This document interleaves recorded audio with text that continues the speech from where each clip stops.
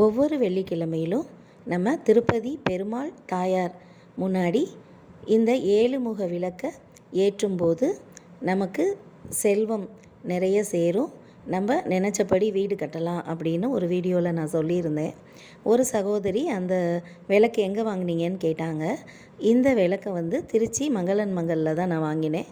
இந்த விளக்கு அன்னப்பறவை முகத்தோடு பார்க்க ரொம்ப அம்சமாக இருந்ததால் 2 விளக்காகவே நான் வாங்கினேன். ஒரு விளக்கு ஏற்றினாலே போதும்னு தான் சொன்னாங்க. ஆனால் நான் வாரந்தோறும் 2 விளக்கையும் ஏற்றுவேன். இந்த விளக்கை நம்ம தேவையில்லாத நேரத்தில் இந்த மாதிரி டிஸ்மேண்டில் பண்ணிடலாம். இது இப்படி இருக்கும்போது நமக்கு விளக்குறதும் ஈஸி, நம்ம பேக் பண்ணி வச்சுக்கிறதும் நமக்கு ஈஸியாக இருக்கும்.